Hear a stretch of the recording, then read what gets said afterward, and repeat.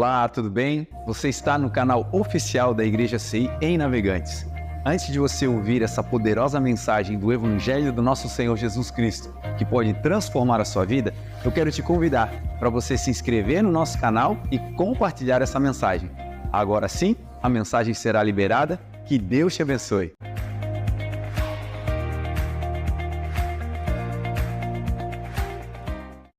Hoje nós vamos fazer meio que uma viagem juntos, né, por alguns pontos da nossa viagem lá em Israel, e eu quero compartilhar com você parte, né, daquilo que o Senhor nos entregou lá como grupo, mas de maneira mais específica, aquilo que o Senhor tratou conosco como igreja, como comunidade de fé. Coisas que Deus deu lá naquele lugar e que nós vamos desfrutar aqui em nome de Jesus. Então, a palavra de hoje é para que a gente possa repartir a porção que o Senhor nos deu. Nós somos uma igreja e quando a igreja se reúne, o Senhor então comunica, instrui, o Senhor nos abençoa no coletivo, mas existe uma dádiva de sermos igreja que é fazermos parte do mesmo corpo. Então, quando Deus abençoa uma parte do corpo, todo o corpo é abençoado também. Então, o desejo do meu coração é que toda a bênção que eu recebi lá em Israel, tudo aquilo que o Senhor fez de bom por nós, por toda aquela caravana que estava lá, o Senhor também hoje estabeleça sobre a sua vida. Então, hoje é o dia de repartir os despojos e derramar aquilo que o Senhor também derramou lá, que você seja abençoado em nome de Jesus nessa noite para a glória de Deus. Amém? Vamos viajar juntos então para Israel, vamos fazer essa viagem na palavra de Deus. Se você pode, abra sua Bíblia aí comigo em 1 Samuel. 1 Samuel, nós vamos ver no capítulo 30. Capítulo 30 e vamos lá no verso 23. Versos 23, 24 e 25.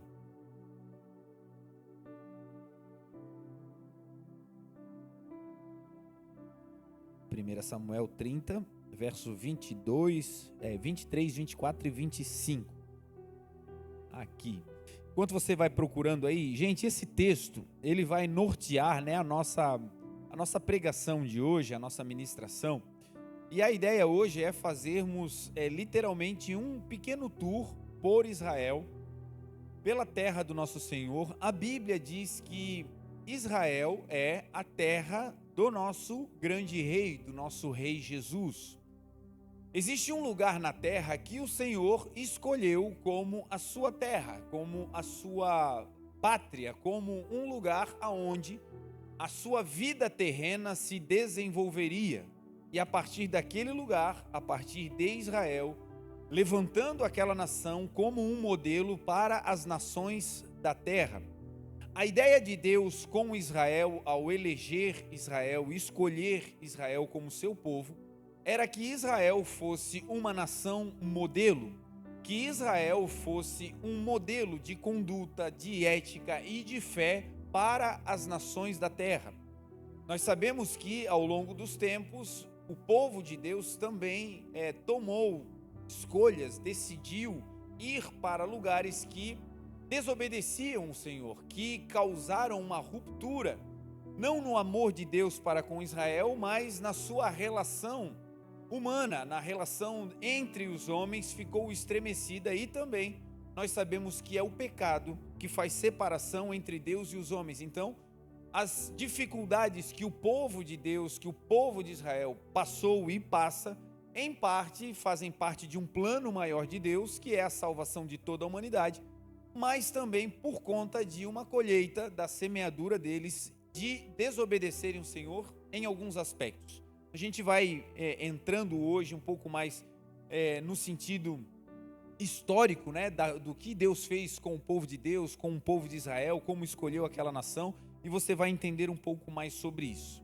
Esse texto que nós vamos ler, ele fala sobre o dia em que Davi, o rei Davi, ele vai para uma guerra, ele vai para uma batalha, ele sai com o seu exército e eles vencem a guerra, eles vencem essa batalha. E quando eles estão voltando para casa, quando eles estão voltando para Ziclag, que era o lugar onde o acampamento de Davi estava, onde o povo de Deus estava, eles voltam vitoriosos para sua terra. Mas quando eles chegam na sua terra, eles são surpreendidos. E qual é a surpresa que eles têm? A surpresa é que quando eles chegam para descansar da batalha que eles tinham passado, da guerra que eles tinham vencido, eles se deparam com o seu acampamento, com o seu arraial completamente devastado, destruído. Os seus filhos, as suas mulheres, os seus animais, o que eles tinham de bens, tinha sido levado, saqueado pelos inimigos. Então você imagine a situação ao pensar de chegar em casa para um descanso, ao chegar de uma batalha, o povo de Deus é surpreendido com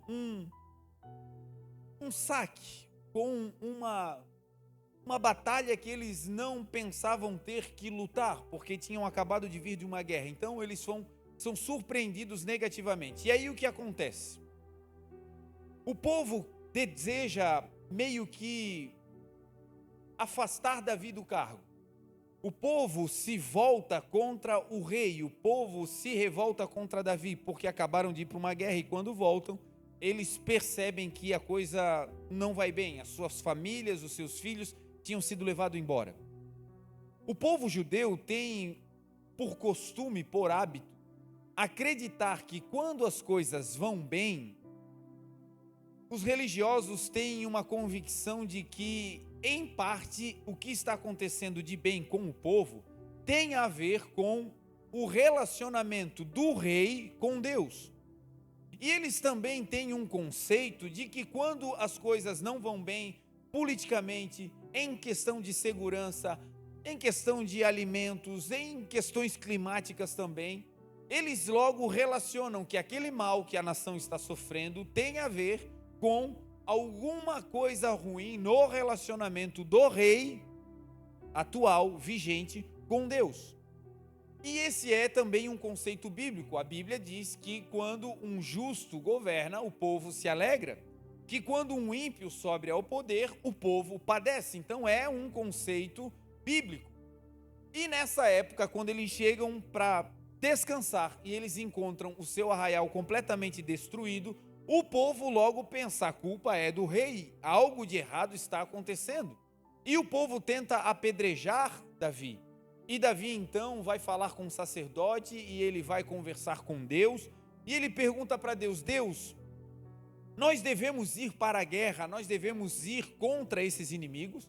Nós devemos ir atrás desses inimigos, nós vamos alcançá-los, nós vamos conseguir recuperar os nossos familiares, filhos, as nossas esposas, nós vamos conseguir, Deus, recuperar aquilo que nos foi tomado?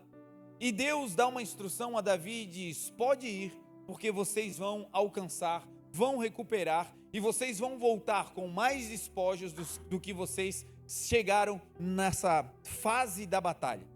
Então Davi reúne os seus homens e parte para a guerra. Só que no meio do caminho, uma parte desses homens está tão cansada que não consegue ir para a guerra. Eles estão tão cansados da batalha anterior que eles não conseguem ir junto com Davi. Então eles tomam uma decisão. E qual é a decisão? Separar o grupo. Uma parte desses homens que estavam cansados, que estavam até temerosos, eles ficam guardando as bagagens. Eles ficam guardando os despojos da guerra anterior. Eles ficam guardando aquilo que na casa tinha sobrado. E a outra parte vai com Davi para a batalha, vai com Davi para a guerra. E eles chegam naquele lugar, encontram seus inimigos, destroem os inimigos. Deus coloca a mão sobre eles. Eles voltam para casa, trazendo seus filhos, as suas mulheres. Não tiveram nenhum tipo de dano e ainda recuperaram tudo o que tinha e ainda mais os despojos daquele povo inimigo que tinha roubado o povo de Deus. Quando eles voltam para casa, eles se encontram o povo que ficou cuidando da bagagem e o povo que tinha ido para a guerra. E quando os homens que foram para a guerra encontram aqueles que ficaram em casa cuidando da bagagem, ocorre ali uma dissidência, ocorre ali uma divergência de pensamentos, porque Davi queria compartilhar, dividir todos os despojos que o povo que tinha ido à guerra conseguiu com aqueles que ficaram em casa.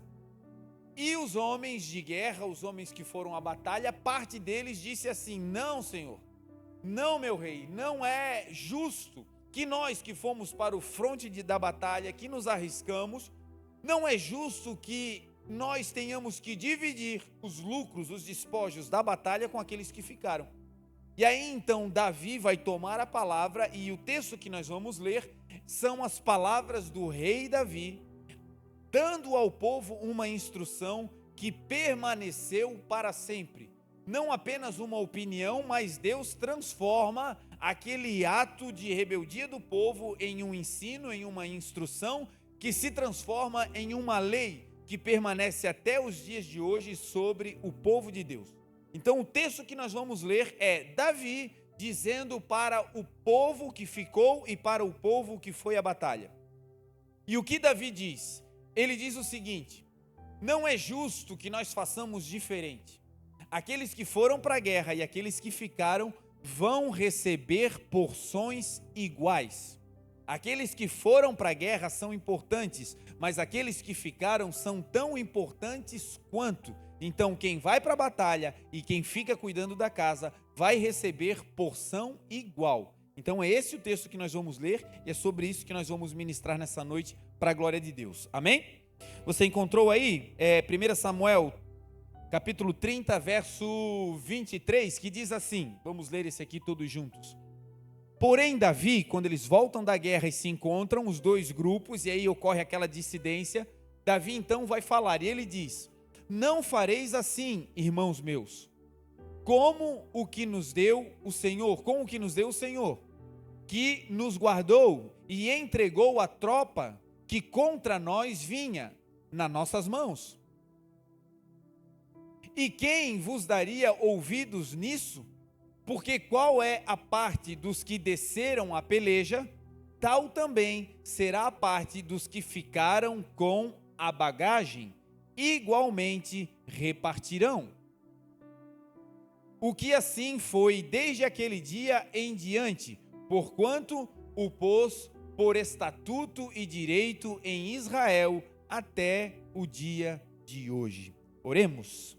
Pai, muito obrigado, Senhor, pela Tua palavra, obrigado, Jesus, pela Tua instrução, obrigado, Senhor, por tudo que o Senhor tem feito e por tudo que o Senhor ainda fará. Jesus, a Tua palavra diz que sem Ti nada poderemos fazer, mas também a Tua palavra diz que em Ti tudo é possível àqueles que creem. Abençoa-nos, Senhor, nessa noite, nos dá uma porção abençoada da Tua palavra, fala conosco como igreja, Senhor, que todos nós possamos sair daqui abençoados, aprimorados e mais parecidos com o Teu Filho Jesus, que o Teu Espírito Santo se mova entre nós, fale conosco, Senhor, assim como um pastor que conduz as suas ovelhas ao aprisco, assim nós queremos ser agora conduzidos por Ti, que todos nós, Senhor, sejamos uma terra boa e fértil, que vai receber a semente, guardá-la e dar frutos e frutos com perseverança. Obrigado, Jesus, porque até aqui o Senhor tem nos ajudado. A Ti, Deus, nós damos toda a honra, toda a glória e todo o louvor, em nome de Jesus. Amém. Amém? O que nós lemos então é o que Davi declara para o povo. Essa viagem que nós fizemos para Israel, ela começou com uma palavra de Deus, dada ao bispo Fernando, o nosso pastor da igreja, o visionário da nossa igreja, e Deus falou com ele no ano de 2023, quando lá eles estiveram com uma caravana também da igreja e alguns pastores, no Getsêmani, no jardim onde o Senhor Jesus costumava orar, de frente para o templo, de frente para o monte aonde estava construído, edificado a Jerusalém. Ali naquele lugar o Senhor Jesus rotineiramente passava os seus dias, e na visita do ano passado o bispo Fernando, quando estava ali orando pela igreja, recebeu uma palavra, e a palavra que ele recebeu foi: convide os meus ministros para que eles conheçam a minha terra. Era Deus falando ao coração do bispo Fernando e dizendo: convide, incentive, encorajem os meus ministros, aqueles que pregam a palavra, que trabalham na igreja, para que eles possam vir conhecer a minha terra. Quando o bispo Fernando chegou ao Brasil, fez o convite, a caravana se armou e tínhamos aí praticamente um ônibus lotado e a viagem já estava fechada. Algumas pessoas no meio do caminho, problemas econômicos, coisas aconteceram, não puderam seguir. E aconteceu também, o que todos sabem, a guerra que foi deflagrada, está acontecendo, está em curso lá em Israel. E sobretudo o agravo, o episódio daquela invasão, quando o Hamas, entrou e começou a ter aquele ataque terrorista, quando nós vimos aí tudo que aconteceu no 7 de outubro, lá em Israel, na faixa de Gaza. Quando essa guerra aconteceu, quando isso foi deflagrado lá, boa parte da caravana se desestimulou, desistiram, não desejaram mais ir, e é completamente inteligível, compreensível que as pessoas tenham um temor pela sua segurança, e isso é comum, é normal. Mas eu quero começar esse texto falando e mostrando uma imagem que é o início da nossa viagem, o primeiro lugar bíblico que nós pisamos lá na terra de Israel, que é o Porto de Jope. É um lugar muito conhecido, muito pregado na Bíblia, muito declarado, e esse lugar é o lugar onde ocorre a história do profeta Jonas.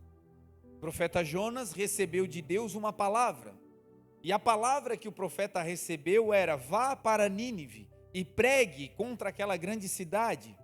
E quando ele recebe essa palavra de ir profetizar, exortar aquela nação, no seu coração ele decide não obedecer.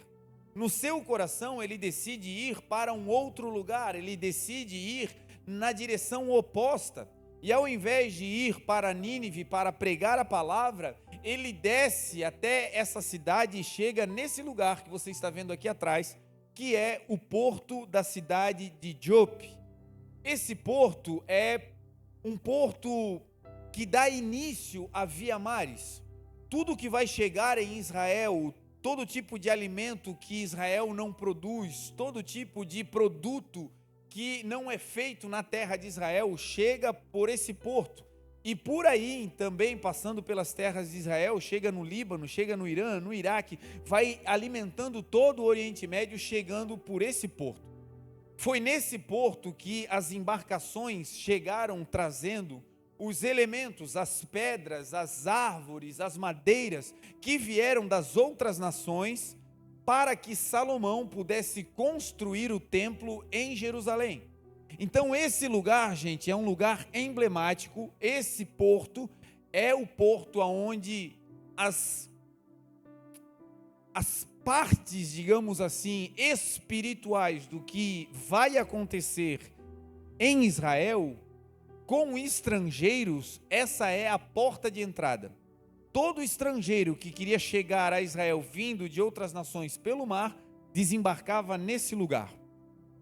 Esse lugar é emblemático porque é aí que Jonas recebe uma palavra de Deus para pregar, para profetizar, ou seja, ser usado por Deus. E aí, nesse lugar, diz a palavra, no livro de Jonas, que está aí na sua Bíblia, vai dizer que ele decide ir para um outro lugar. Ele decide ir para Tarsis, ele decide ir para o lugar oposto.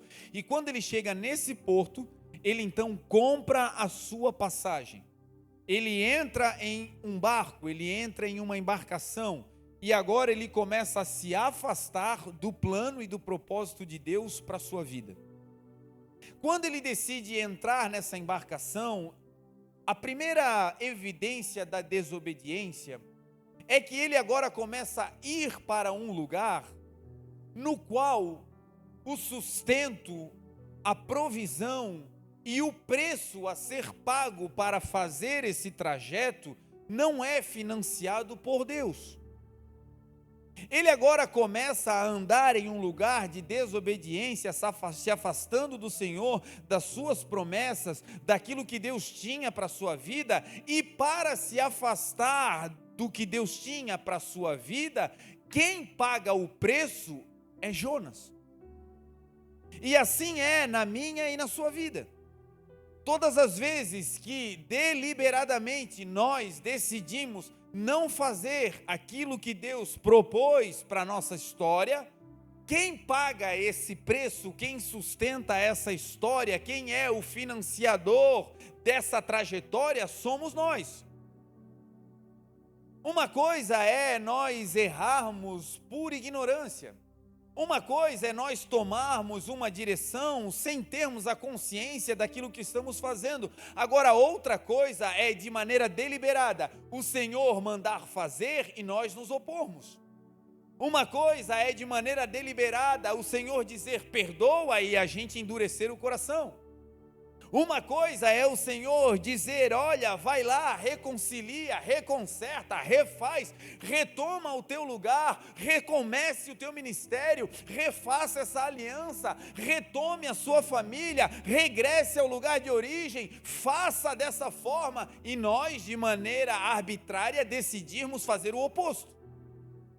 Esse período em que nós, de maneira deliberada, nos opomos à vontade de Deus, esse, gente, é um período aonde o preço, o custo de permanência da nossa vida e da nossa existência é completamente pago por nós. Existem vezes que parece que o mundo está andando na contramão da nossa vontade. Não sei se já aconteceu com você, mas é muito comum em alguns momentos, parece que nós estamos vivendo de ladeira abaixo. Parece que tudo que você faz dá errado, parece que para onde você se dirige, para onde você caminha, as coisas não fluem. E muitas vezes nesse período nós culpamos a Deus. Senhor, aonde tu estás que não estás vendo a minha situação? Senhor, aonde tu estás que não me abençoa, que não abre as portas? Senhor, aonde tu estás? Por outras vezes, quando vivemos esse período difícil, complexo, nós colocamos ou depositamos a autoria dos malefícios que estamos vivendo sobre o inimigo. Pensamos, é uma guerra, é uma batalha espiritual, é o inimigo que se levantou, e por vezes o que está acontecendo é simplesmente a colheita, o financiamento, o pagamento, o sustento de uma decisão arbitrária contra a vontade de Deus. Não tem nada a ver com Deus e não tem nada a ver com o inimigo. Somos nós, com o nosso coração enrijecido, que decidimos ir para um lugar longe da vontade do Senhor. Aqui diante de mim, talvez existam pessoas que são ministros do Evangelho. Gente que o Senhor chamou para pregar o Evangelho. Alguns que estão aqui diante de mim, o Senhor chamou para ser um homem e uma mulher de Deus, que vão implantar o reino de Deus através daquilo que Deus colocou nas tuas mãos com relação ao teu trabalho. Pessoas que Deus chamou para empreender, para ter uma empresa, para empregar pessoas. Diante de mim existem aqui pessoas que o Senhor chamou para louvar, para adorar a Deus, que tem um dom e uma habilidade, mas coisas aconteceram no meio do caminho. A sua primeira empresa, o seu primeiro empreendimento talvez faliu, ficaram dívidas, e você então rejeita esse chamado do Senhor de empreender, porque Deus tem um chamado, mas você tem uma escolha e não quer mais sofrer e decidiu que vai fazer do seu jeito. Ministros que aqui estão e que já pregaram a palavra, que já doaram muito da sua vida e que talvez tiveram o infortúnio de encontrar maus pastores, maus líderes, pessoas que usurparam da sua fé, que te agrediram espiritualmente e que hoje você criou uma barreira. O Senhor te criou para louvor da sua glória, para a manifestação da sua palavra, mas pelas frustrações você está indo na direção contrária do que Deus planejou para você. Cada um de nós sabe quando está se afastando do propósito original. Não é necessário que um anjo desça do céu e comunique para a gente, porque aqui dentro, aqui no coração, nós bem sabemos quando estamos no centro da vontade do Senhor ou quando estamos nos afastando dela. E nesses períodos, gente, não tem a ver com o inimigo e não tem a ver com Deus. Esses períodos são períodos em que nós estamos pagando o preço dessa viagem que estamos fazendo. A viagem da desobediência. Deus era a voz profética sobre Jonas. E Deus disse, vai para lá. E ele disse, não, Senhor, eu vou para o outro lado. pagou o preço e entrou nessa embarcação. E aqui eu quero fazer um parêntese sobre as embarcações que nós colocamos na nossa vida. Por vezes nós não temos mais o controle do barco. Por vezes nós pagamos o preço para entrar no barco, mas o barco não está mais sendo guiado e dirigido por nós ou pela vontade de Deus, o barco já tem um rumo próprio. São aquelas amizades que corrompem os bons costumes. São aqueles relacionamentos que nos afastam da presença de Deus. São aquelas situações que vão acontecendo à nossa volta e que nós não temos mais o controle e a vida vai nos levando. Esse lugar é tão especial porque quando ele entra nesse barco e quando ele decide desobedecer a Deus, imediatamente, o Senhor, que amava Jonas e também nos ama, prepara uma volta de Jonas para o propósito. Por vezes nós achamos que tempestades, elas significam que nós estamos na direção errada apenas. Por vezes, quando a gente encontra uma grande dificuldade, uma causa que se levanta diante de nós como um gigante, parece que aquilo é apenas um malefício que está acontecendo e a gente encara aquilo apenas como algo ruim. Agora, a verdade é que Deus, Ele usa as tempestades muitas vezes para reprogramar a nossa rota. E talvez você esteja assim, no olho de um furacão, vivendo talvez uma das piores tempestades da sua história. E parece que essa tempestade é para naufragar o barco, é para te levar a naufrágio, é para te fazer entrar em um lugar de morte. Mas Deus, por amor, Ele usa a tempestade, não é para a morte, mas para nos levar de volta à origem do projeto dEle. Então essa tempestade, meu irmão, não vai te matar, essa dificuldade não vai acabar com a sua história, apenas nós necessitamos ter a sensibilidade de no olho do furacão dizer: Senhor, para onde Tu queres me levar agora? Ainda que eu esteja longe dos caminhos, ainda que eu esteja resistindo com a Tua vontade, ainda, Senhor, que eu esteja resistindo com aquilo que eu já sei que deveria ter feito, Senhor, no meio dessa tempestade agora, eu deixo esse barco nas Tuas mãos e decido, Senhor, fazer o caminho de volta para o plano original, que essa seja a noite do Senhor te pegar no colo, te tirar do meio dessa tempestade e colocar a Tua embarcação com as velas bem amplas e o vento soprando e te levar de volta para a plenitude do centro da vontade de Deus, que seja hoje, que seja agora. O texto diz que uma tempestade começa, e essa tempestade, ela começa a mexer no barco, de tal maneira que os marinheiros começam a lançar nas águas, nessas águas aí, nas águas de Jope, os marinheiros começam a descarregar o barco, para deixar mais leve, e toda a carga é lançada fora. Eles fazem isso porque de alguma maneira estão tentando equilibrar a embarcação no meio da tempestade. Perceba que esse barco não tem nada a ver com Jonas. Ele simplesmente pagou a passagem e entrou no barco. Agora perceba que um desobediente em uma embarcação pode levar todo o barco a pique. Perceba que uma zona de desobediência pode levar uma vida inteira ao naufrágio. Um único desobediente, uma única decisão equivocada, uma única decisão arbitrária pode fazer com que todo aquele grande projeto sucumba. E isso começa a acontecer na embarcação, e agora os homens começam a se perguntar: alguma coisa está acontecendo? Alguém nesse barco tem a culpa por esse caos? E o texto diz que Jonas, ele vai para o porão do barco. E ele vai para o porão, e enquanto está todo mundo orando, cada um para o seu Deus, ele está no porão do barco, nas águas do Mediterrâneo, nesse lugar, e ele está agora dormindo. Perceba que coisas graves estão acontecendo, a vida está em risco, mas ele está dormindo. O que é dormir durante uma tempestade, senão não perceber os perigos que estão diante dos nossos olhos? Salomão vai dizer que o insensato, quando você diz para ele, mostra para ele o mal, ele não se desvia e cai. O imprudente, ele é assim, você o avisa, mas ele não percebe, segue andando naquela direção e acaba sucumbindo, caindo. Diferente do sensato, como diz a Bíblia. O sensato, quando é avisado do problema, ele vê o mal e se desvia dele, diz a palavra. Jonas está em um período de letargia.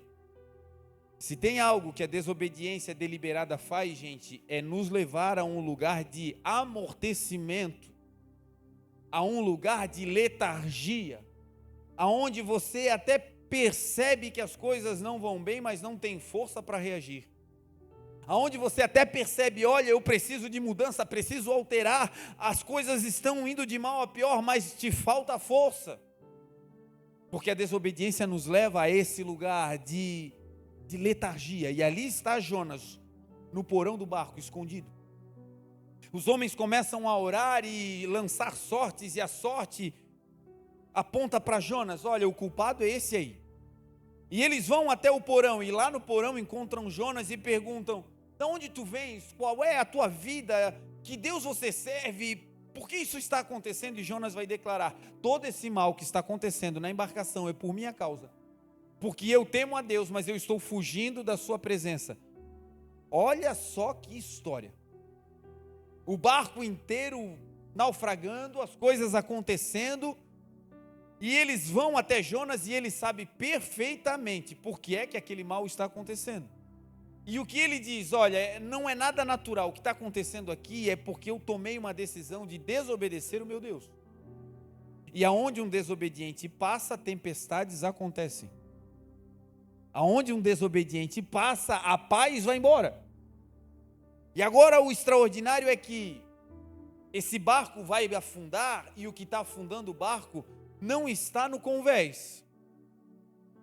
Porque também é assim. Na maioria das vezes o que afunda o barco não está aparente. Na maioria das vezes o que leva um barco para o fundo, uma embarcação para o fundo, uma família para o fundo, não é o que está aparente aos olhos, mas é o que está escondido no porão. É aquele sentimento que a gente não quer mostrar para ninguém, mas está ali. É aquela mágoa, aquele rancor, é aquele dano que nos foi causado e que a gente tirou da visão de todo mundo, não está mais no convés, mas lá embaixo, no porão, ele está causando um efeito que pode levar o barco a pique. Aí o lindo é que o barco é o nosso coração e Deus é aquele que sonda as mentes e os corações. Às vezes carregamos coisas no porão da nossa vida que com as nossas mãos já não conseguimos mais tirar.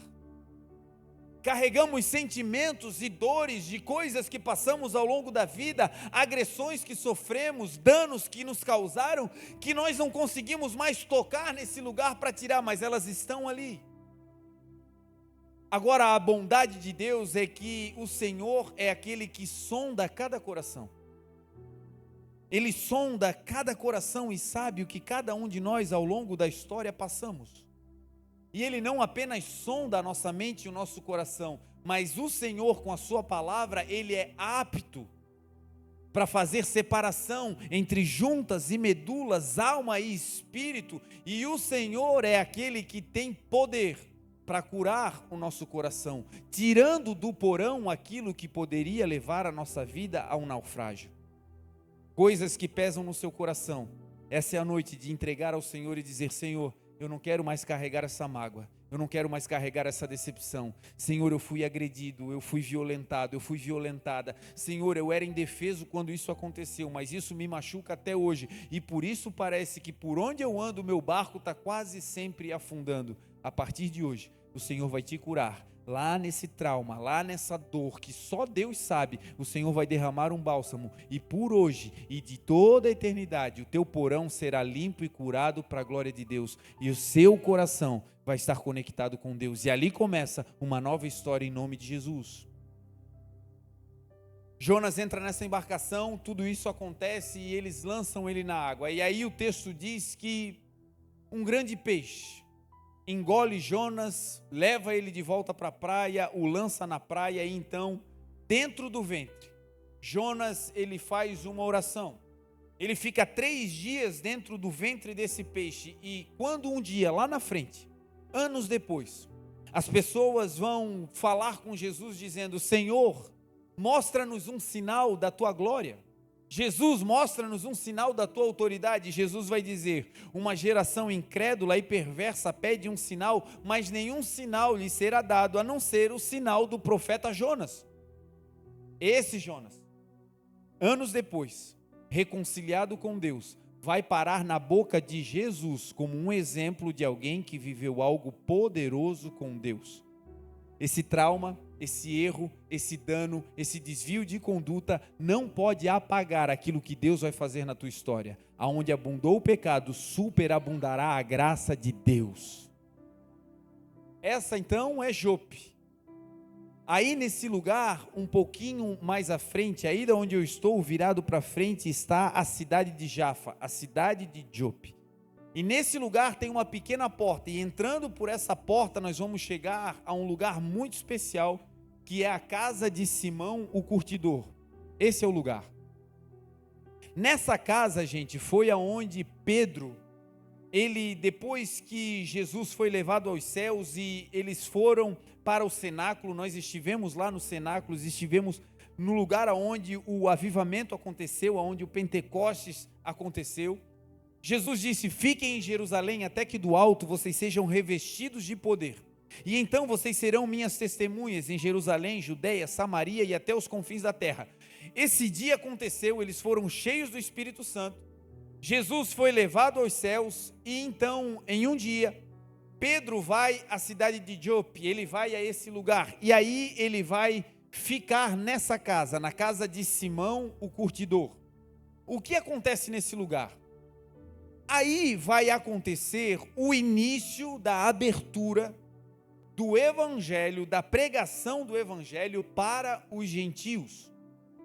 Gentio significa estrangeiro, significa não judeu, significa aqueles que não são naturais da raiz de Abraão. Esses agora vão ter a possibilidade de receber a palavra. Nessa casa, gente, chegou o evangelho que um dia, 2000 anos depois, chegou até Navegantes e chegou até nós. Começou nessa casa. E como começou? O evangelho, nessa época, não era pregado para as pessoas que não faziam parte do povo judeu. Apenas os judeus recebiam a palavra, apenas os judeus recebiam a instrução. E no começo, somente os judeus foram batizados com o Espírito Santo. E aí nessa casa, o texto diz que Pedro entra nessa casa e ela tem um terraço. E ele vai para o terraço dessa casa, e ali, nesse terraço, ele vai ter uma visão. Essa casa fica de frente para o mar. Aqui em cima desse terraço, atrás da casa, está o mar Mediterrâneo, onde tem aquele porto. E ali então, Pedro vai orar ao Senhor. E o texto diz que enquanto ele ora ao Senhor, ele tem uma visão. E a visão que ele tem é uma visão de anjos. E ele vai ver então um lençol que desce do alto. E esse lençol vem carregado com animais, répteis e aves de todas as espécies. E Deus fala para Pedro: Pedro, mata e come.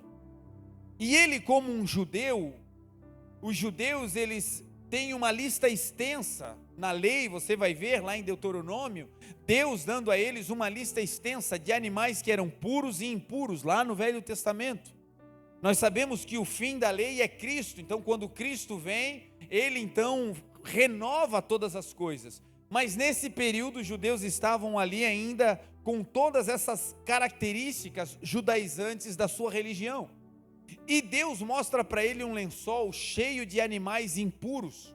E Deus diz para ele: Pedro, mata e come. E ele diz: Senhor, eu não vou fazer isso, porque eu não vou colocar nada impuro na minha boca.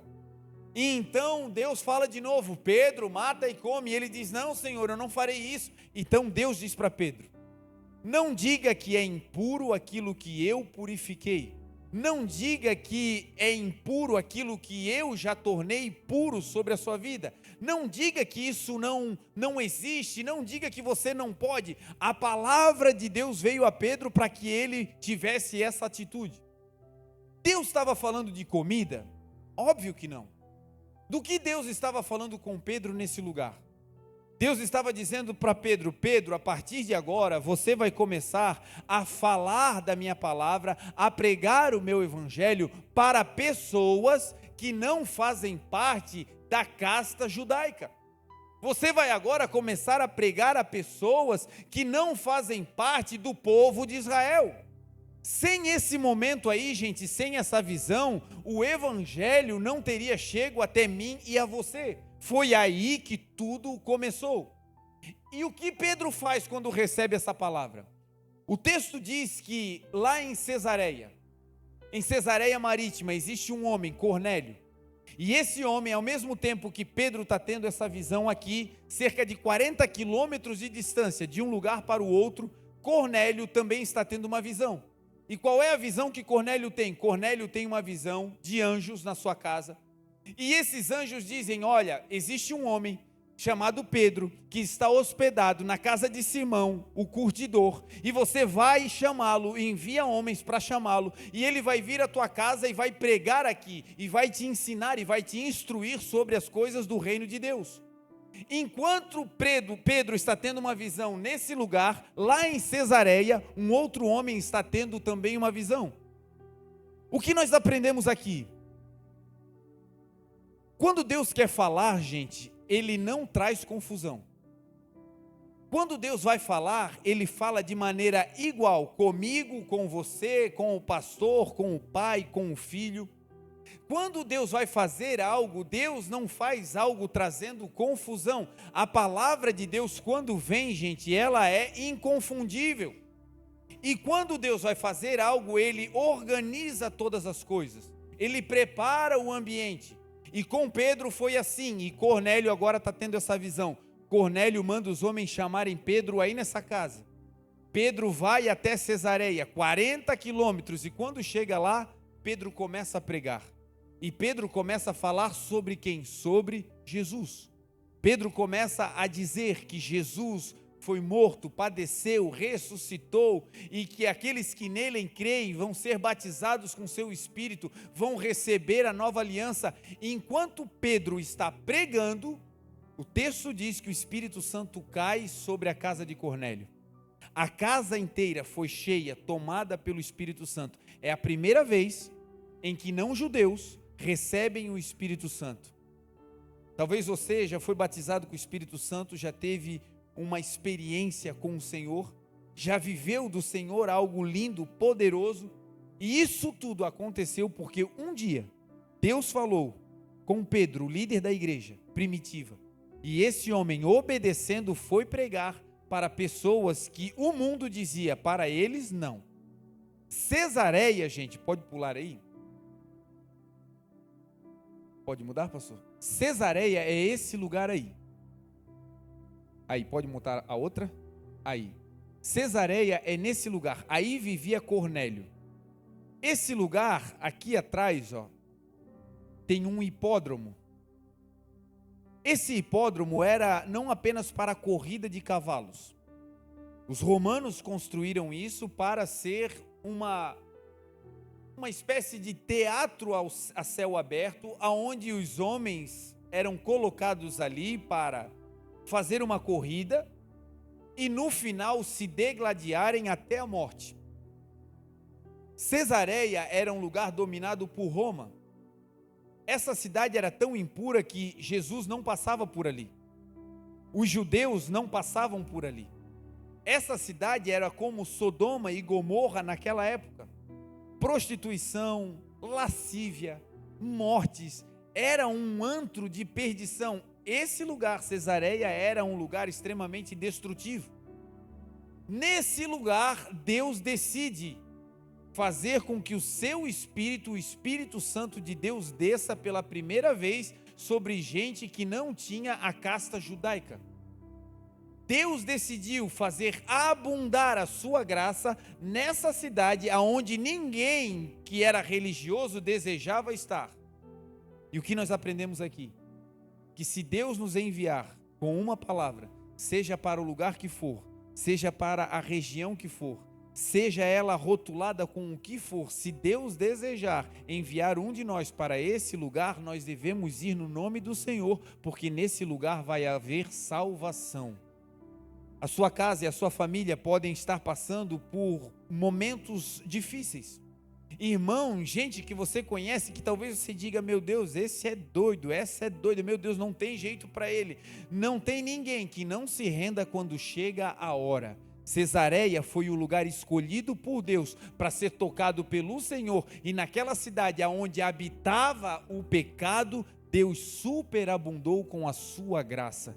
Eu quero declarar sobre a sua casa e sobre a sua família: se existe alguém que ainda está longe dos caminhos do Senhor e que parece até avesso à sua fé, ele um dia será alcançado, porque a palavra de Deus diz: creia no Senhor Jesus e será salvo tu e toda a tua casa. Um dia essas cadeiras, um dia esse lugar estará repleto de familiares que nós oramos, dedicamos oração, cremos no Senhor, e um dia a graça de Deus vai superabundar nesses corações, e a gente vai olhar para o lado e vai dizer: o Senhor é fiel.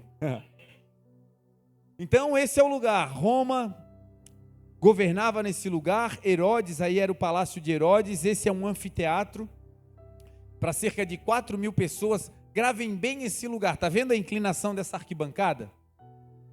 Está vendo lá o piso reto no chão? Eles colocavam água naquele lugar e faziam ali encenações com barcos para mostrar as batalhas antigas e implementar e fazer com que a cultura romana se difundisse pelo mundo. Esse cenário, ele tem uma acústica, dizem os entendidos de técnica de som, que é um dos melhores lugares no mundo para se fazer show ao ar livre. Quando nós chegamos, tem as cadeiras ali, do lado de cá tem aí um telão gigante e um palco enorme, moderno, montado. Quem já viu filmes, vídeos da Hillsong, você vai ver um deles que foi gravado aí nesse lugar. E esse lugar tem uma acústica incrível. E depois que a gente saiu daí, nós fomos para um outro lugar que Jesus usou e que tem exatamente essa dimensão, que tem exatamente essa estrutura para a propagação do som. Pode seguir, pastor. Esse lugar que nós estamos aí atrás, é o Armagedon. Esse aí é o Monte Carmelo. Pode passar mais uma, pastor? Esse lugar, essas árvores aí, nesse jardim, nessa região, os historiadores dizem que foi o lugar aonde Elias fez o sacrifício, aonde ele restaurou o altar do Senhor e fez o sacrifício a Deus. Esse lugar em Israel é conhecido como o lugar das decisões. O povo de Deus andava errante, se misturou com outros povos, começou a adorar outros deuses, e nesse momento existia um rei e uma rainha que levaram o povo de Deus à idolatria. E chega um momento em que a nação está em ruínas. E ali, nesse monte, Elias leva 450 profetas de Baal, 400 profetas de Azera, e leva eles para esse monte, junto com a população do lugar. E nesse monte, Elias faz uma prática de exortação. E ele vai dizer ao povo: chega, até quando vocês vão ficar se desviando, vão ficar entre dois caminhos? A partir de hoje, tomemos uma decisão. Se Baal, o Deus de vocês, é Deus, sigam a Baal. Mas se Deus, o Senhor, o nosso Deus, o Deus dos céus, é Deus, então sigamos e sirvamos ao Senhor. E ali então acontece um desafio. Elias diz aos profetas de Baal: olha, façam um altar e ofereçam uma oferta. Coloquem aí um cordeiro, mas não toquem fogo. Orem para Baal e vamos ver, o Deus que responder com fogo, esse será reconhecido como o Deus de Israel. E o texto diz que os 450 profetas de Baal colocam ali, sobre o altar que eles construíram, e eles começam então a orar, pedindo para que o Deus deles respondesse com fogo. O texto diz que eles ficam da manhã até quase o final da tarde, falando, se cortando, fazendo sacrifícios, e o Deus deles não responde. Então Elias passa e diz: olha, falem mais alto, porque talvez o Deus de vocês esteja conversando ou esteja viajando, talvez ele esteja fazendo uma outra atividade e não está ouvindo vocês. E eles então ali fazem esse ritual, mas nada acontece. Então, antes de acabar o dia, Elias pega os seus sacrifícios, digamos assim, o cordeiro e as pedras, 12 grandes pedras, e o texto diz que ele restaura o altar do Senhor. Antes de sacrificar, ele reconstrói o altar. Essa reconstrução do altar é muito simbólica, porque é uma sequência pedagógica para que o fogo desça. A sequência vai dizer que ele molha o altar, molha o sacrifício e começa a orar a Deus, e Deus então vai responder com fogo. Desce fogo do céu aí nesse lugar. Desce fogo do céu que consome todo o sacrifício. A água que estava em volta, a água que estava se seca, tudo é levado embora, e ali Deus então responde com fogo, e ali a população, a nação começa a declarar que o Deus de Israel, o Deus dos céus, é o Senhor. Esse texto é emblemático porque nós, como cristãos, nós queremos o fogo de Deus sobre a nossa vida. Nós queremos viver o avivamento do Senhor. Só que antes do avivamento, antes do fogo vir, é necessário restaurar o altar. O altar que lá era de pedra, hoje é o nosso coração. O altar que lá era feito com 12 pedras, representando cada uma das tribos de Israel, hoje o altar aonde nós oferecemos o que de melhor temos para Deus, é o nosso coração, é a nossa vida. Hoje nós somos o sacrifício vivo, santo e agradável a Deus. Não precisamos ir para a morte. Hoje o que o Senhor quer é que nós entregamos como sacrifício a nossa vida. Que a nossa vida seja uma vida dedicada ao Senhor. Que o seu trabalho seja um trabalho que se remeta ao Senhor. Que as tuas palavras, que a tua vida, que o teu coração, que tudo que você faça, quando as pessoas olharem, digam: aí está um homem de Deus, uma mulher de Deus, e isso é um sacrifício vivo para o Senhor. Mas antes do sacrifício é necessário restaurar o altar. Começamos falando sobre Jonas, que no seu coração decidiu desobedecer, mas Deus montou um plano para levar ele de volta ao lugar de origem. Estamos falando agora de Elias, que orou e fogo caiu do céu. Mas antes do fogo, antes do avivamento, antes da resposta de Deus, um altar foi restaurado. Pela fé eu creio, gente, que o Senhor está nos colocando a partir dessa nova temporada em um lugar novo de excelência, de coisas grandes, de promessas que Ele tem feito para a igreja. E quando eu falo igreja, não são as paredes, são as promessas que Ele tem feito para nós. Cada um de nós carregamos promessas e essas promessas vão acontecer. O fogo de Deus virá, mas antes do fogo é necessário a restauração do altar. A restauração da comunhão com Deus, a restauração da nossa vida com o Senhor. Vida com Deus, gente, é extremamente simples. A religião coloca barreiras, a religião coloca fardos, a religião exige de nós performance, mas o Senhor, estando lá em Israel, eu pude ver isso com os meus olhos. A vida de Jesus foi uma vida extremamente simples. A vida de Jesus não foi uma vida luxuosa, não foi uma vida com glamour, pelo contrário. A vida de Jesus foi uma vida sacrificial. O amor de Jesus por nós não se manifestou apenas na cruz do Calvário. O amor de Jesus por nós se manifestou desde o dia que Ele pisou nessa terra. 33 anos de uma vida de sacrifício. Gente, viver naqueles desertos não era uma tarefa fácil. Viver em comunhão com Deus naquele sol escaldante não era fácil. Andar carregando as pedras que eles carregavam não era algo simples. A vida era extremamente difícil, mas não tinha glamour. E eles tinham algo que era lindo. E o que é? Comunhão com Deus. O Senhor te trouxe aqui não apenas para que eu compartilhasse aquilo que nós vivemos lá, mas para que você também receba daquilo que nós recebemos lá. Para que o Senhor te encha com essa nova perspectiva de que não precisa fazer muitas coisas, uma coisa só é necessária. Jesus disse para Maria: uma coisa só, Marta, é necessária. A Maria, sua irmã, escolheu a melhor parte. E o que Maria estava fazendo? Uma coisa só, ela parou para ouvir a palavra de Deus. E quando paramos para ouvir a palavra de Deus, nós restauramos a essência de Deus em nós. Como se restaura um altar? Hoje não é mais escolhendo pedras. Hoje a restauração do altar está em obedecer a voz do Senhor.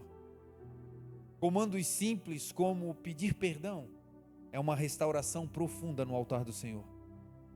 Retomar o teu ministério, colocar de novo a mão no arado, deixar para trás aquilo que de alguma maneira te causou um colapso ou decepção, é uma restauração do teu altar com o Senhor. Dizer hoje: Senhor, apesar das minhas dores, das minhas mazelas, Senhor, apesar de eu não estar vivendo aquilo que eu sonhava viver, mas com aquilo que eu estou vivendo e tenho, Senhor, com isso eu coloco a minha vida à tua disposição. O meu coração e a minha vida se transformam em um altar para ti, Senhor. Restaura o meu altar, porque aí, meu irmão, o próximo passo é fogo do céu sobre a sua vida. Aí é avivamento, aí são os sonhos sendo realizados, aí é aquilo que Deus disse que ia acontecer, acontecendo. Nós fomos parar nesse lugar por uma palavra. Deus disse ao bispo Fernando: convidem os meus ministros.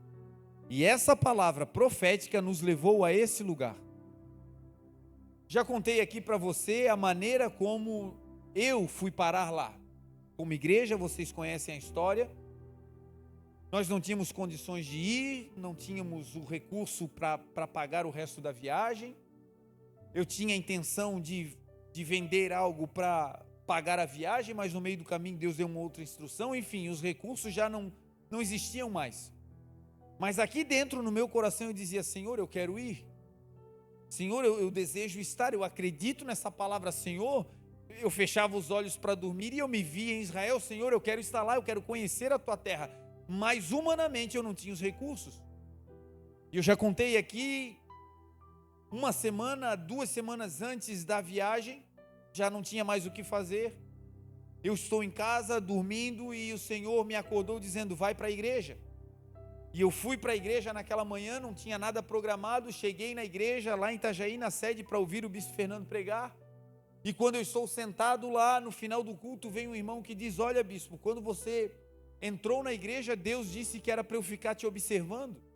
E eu fiquei te observando, e enquanto eu te observava, Deus me deu uma instrução, e Deus disse: olha, eu quero que o meu servo conheça a minha terra, ele precisa ir para Israel. E eu recebi aquela palavra, me alegrei, e ele disse: bispo, Deus não disse apenas que é para o senhor ir, Deus disse que eu sou aquele que vou financiar a sua viagem, então eu vou comprar as passagens e o Senhor vai fazer essa viagem para Israel. Perceba que eu ganhei a viagem porque eu estava em casa e Deus falou comigo para ir para a igreja num dia que eu nem ia.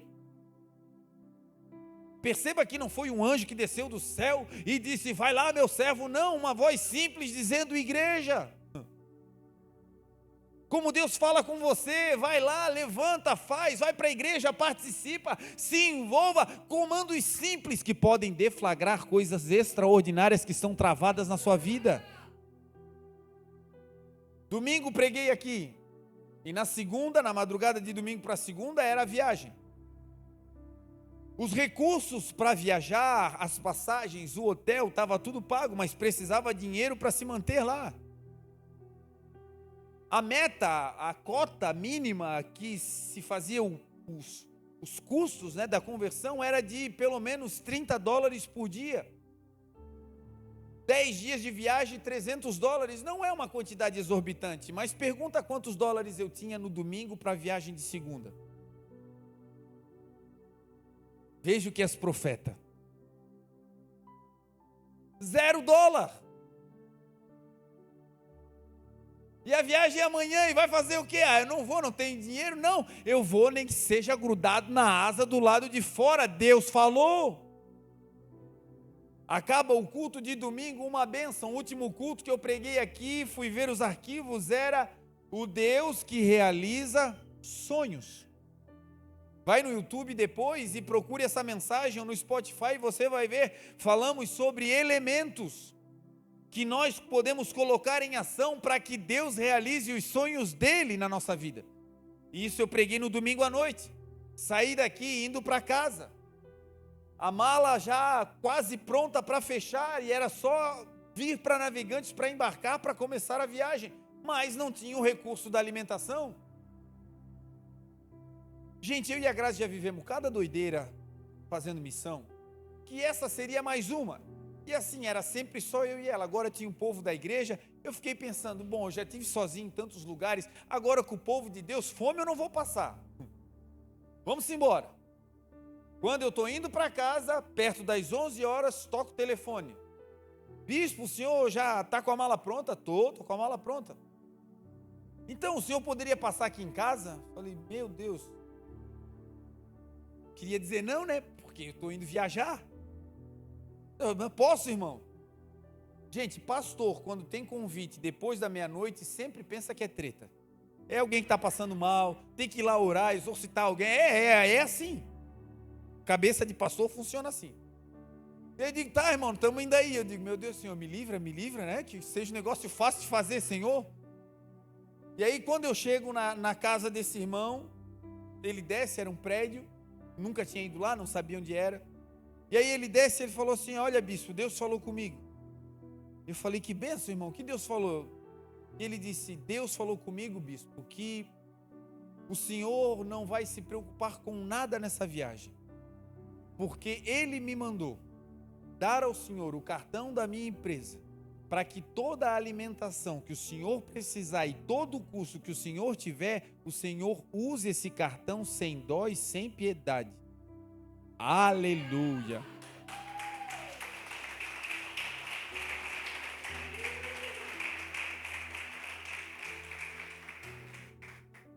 Por que eu estou te dizendo isso? Não é para dizer que a viagem foi uma bênção e que não sei o que, é para te dizer que o Deus que falou comigo aqui, durante várias vezes pregando, e vendo aviões decolarem, eu parava a palavra e de maneira profética declarava, nós vamos sair daqui desse aeroporto para as nações fazer missões.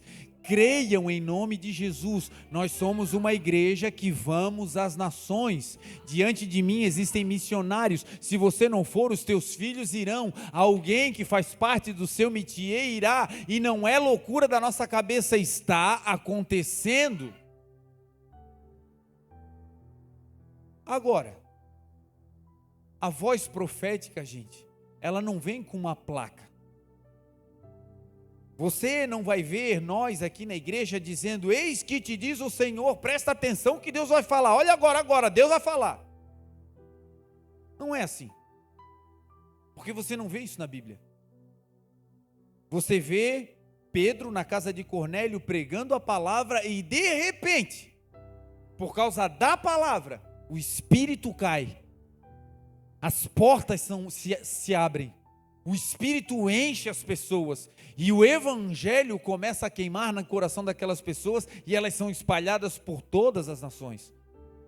Você está aqui ouvindo a palavra, e Deus pode te dar uma visão, um sonho, um produto, algo novo que você ainda não tem, abrir uma porta, te dar um novo acesso, algo poderoso pode acontecer agora. Gente, a igreja e a palavra são ambientes proféticos, e o que eu peço para você é, creia na palavra em nome de Jesus.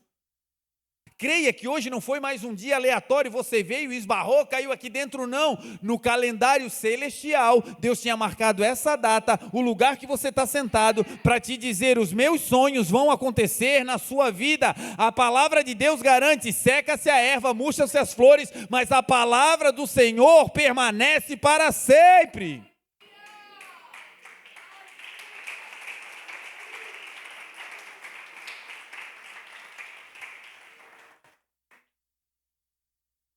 só esse ano, eu tinha um plano.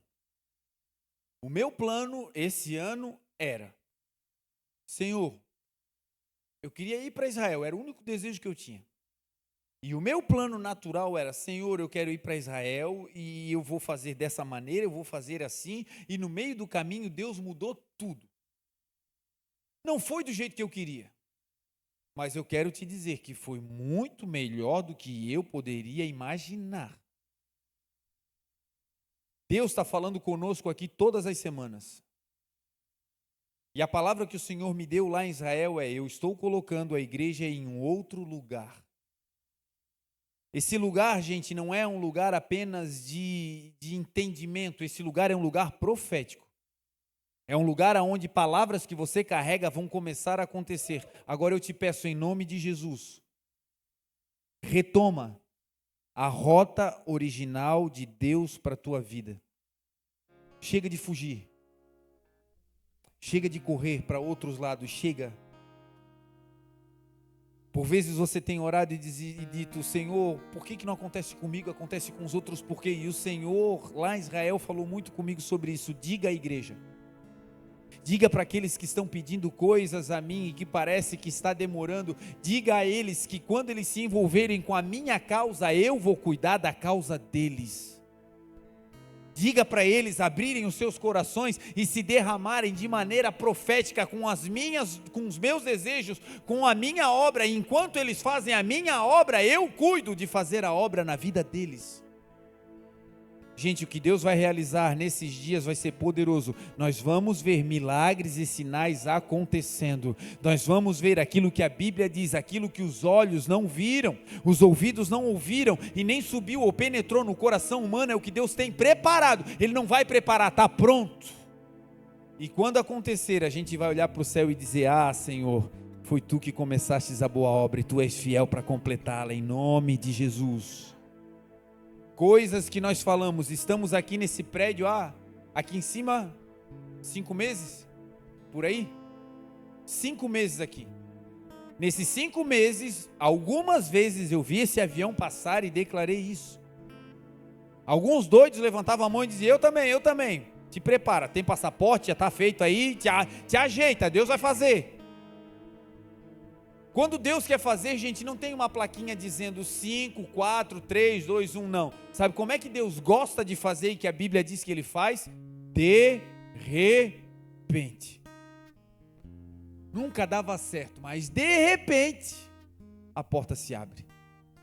Sempre deu errado, mas de repente, começou a vender, começou a dar certo, começou a progredir. De repente, foi aprovado. De repente, a família aconteceu. De repente, é de repente, gente. E essa é uma noite para te dizer: o de repente, às vezes demora muito para acontecer, mas aquele que prometeu, ele é fiel para cumprir. O tempo de Deus, o sincronismo de Deus é perfeito. O meu coração, o meu desejo é, se eu pudesse pegar com a mão uma porção dessa fé e compartilhar com você, mas eu não posso. Mas o Senhor que nos uniu, Ele pode.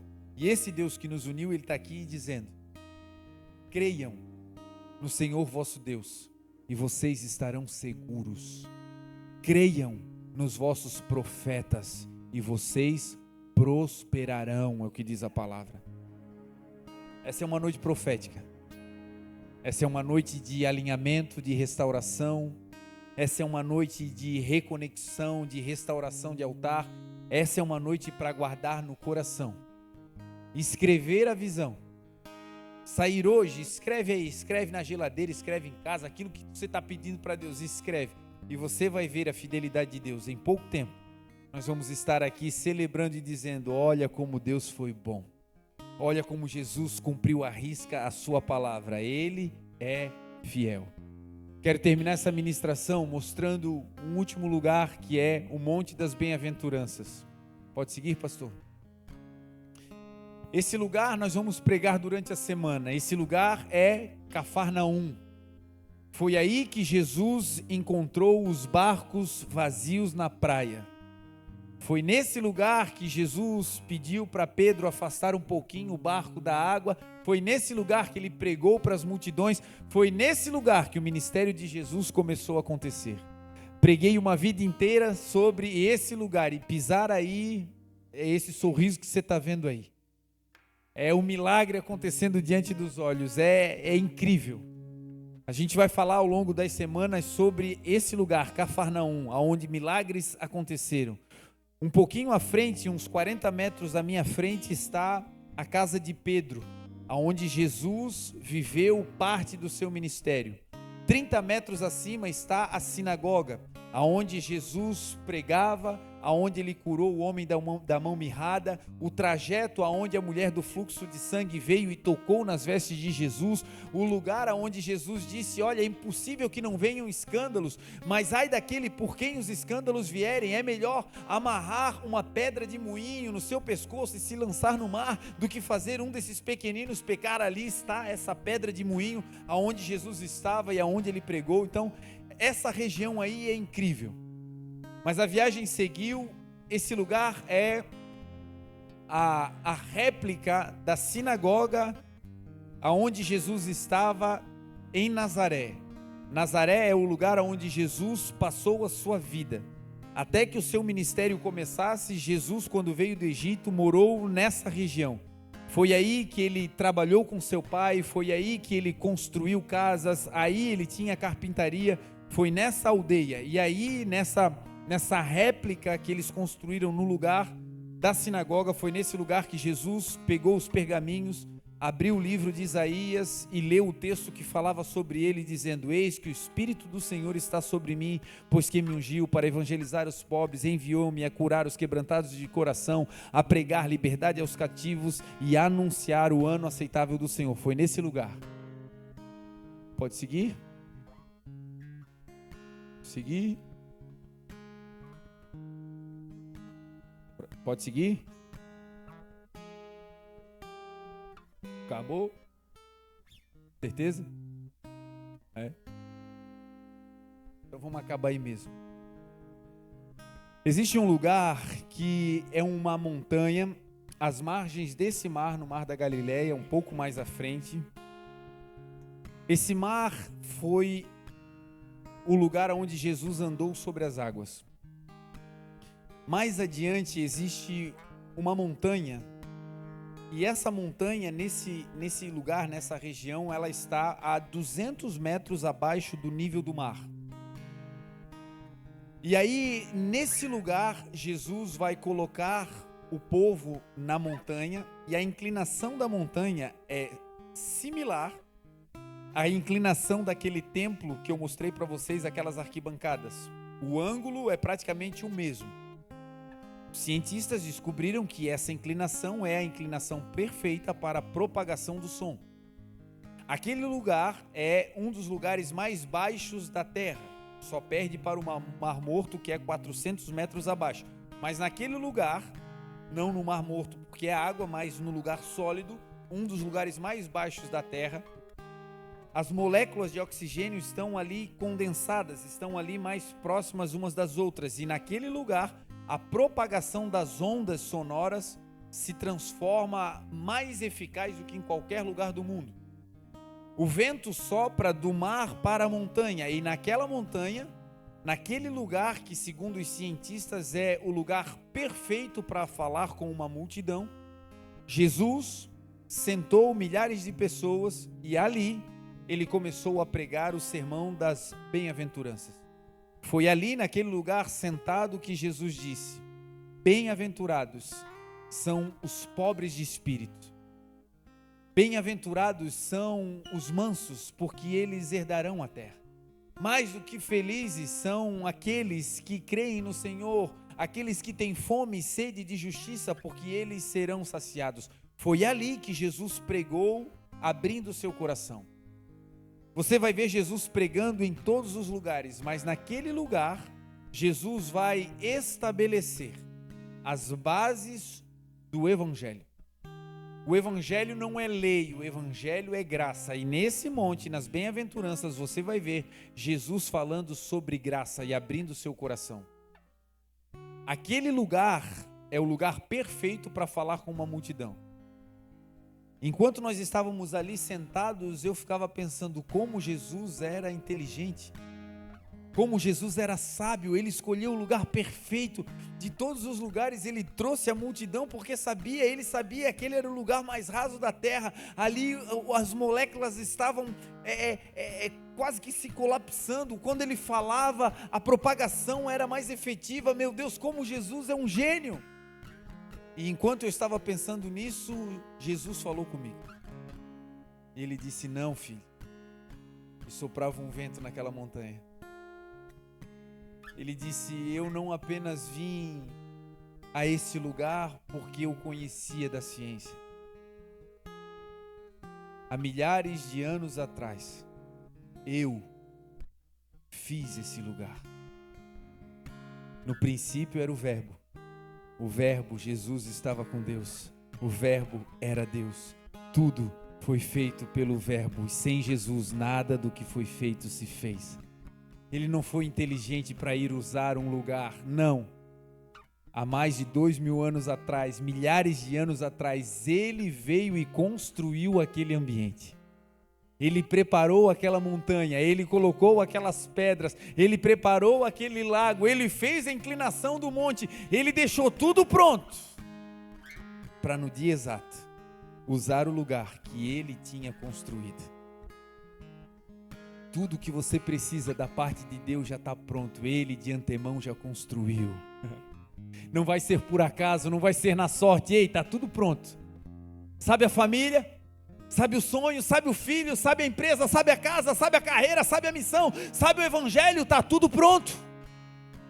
Ele não é pego de surpresa, ele já preparou tudo. Essa noite, esse ambiente, esse som, essa mensagem, essas cadeiras, foi ele que preparou, ele deixou tudo pronto e anotou no seu calendário. É hoje que eu vou usar o ambiente para abençoar os meus filhos. É hoje que ele vira uma chave no teu coração para você voltar a crer que aquele que começou é poderoso e é fiel. É hoje que ele vira uma chave para você botar no seu coração e dizer: ei, aconteceram coisas, eu deixei para trás, mas hoje eu volto, pego o arado e não largo nunca mais. É hoje. Para mim o hoje foi naquele dia, e eu estou aqui para te dizer: o hoje para nós, igreja, é hoje, é agora. Que essa semana seja uma semana de céu rasgado sobre a sua vida, e que o melhor de Deus venha sobre você para a glória de Deus, em nome de Jesus. Você crê nisso? Se coloque de pé em nome de Jesus, vamos orar.